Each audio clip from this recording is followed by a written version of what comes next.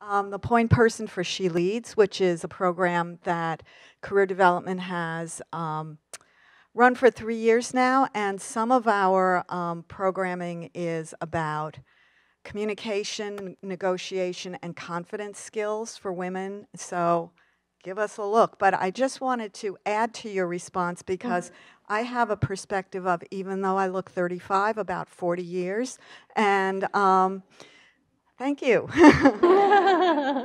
And I was, in the 80s, I worked in the corporate headquarters of a semiconductor company in the area, and I worked with all the men in the C-suite as a corporate communications person, and they would not swear in front of me, or if they accidentally did, they'd apologize because they saw me as equivalent to their daughters. Now I know many, many, many men who say, I don't want my daughter to face that. That is a huge difference. So I want to say that even though I'm still in the trenches in a way, and I understand what the challenges are that we have, it has changed so much.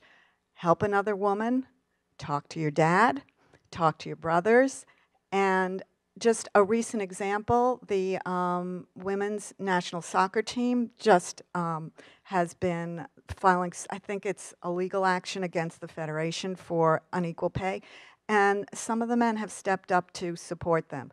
So I think we're in a hopeful place. I would agree. I would agree. Yeah, thank you for that.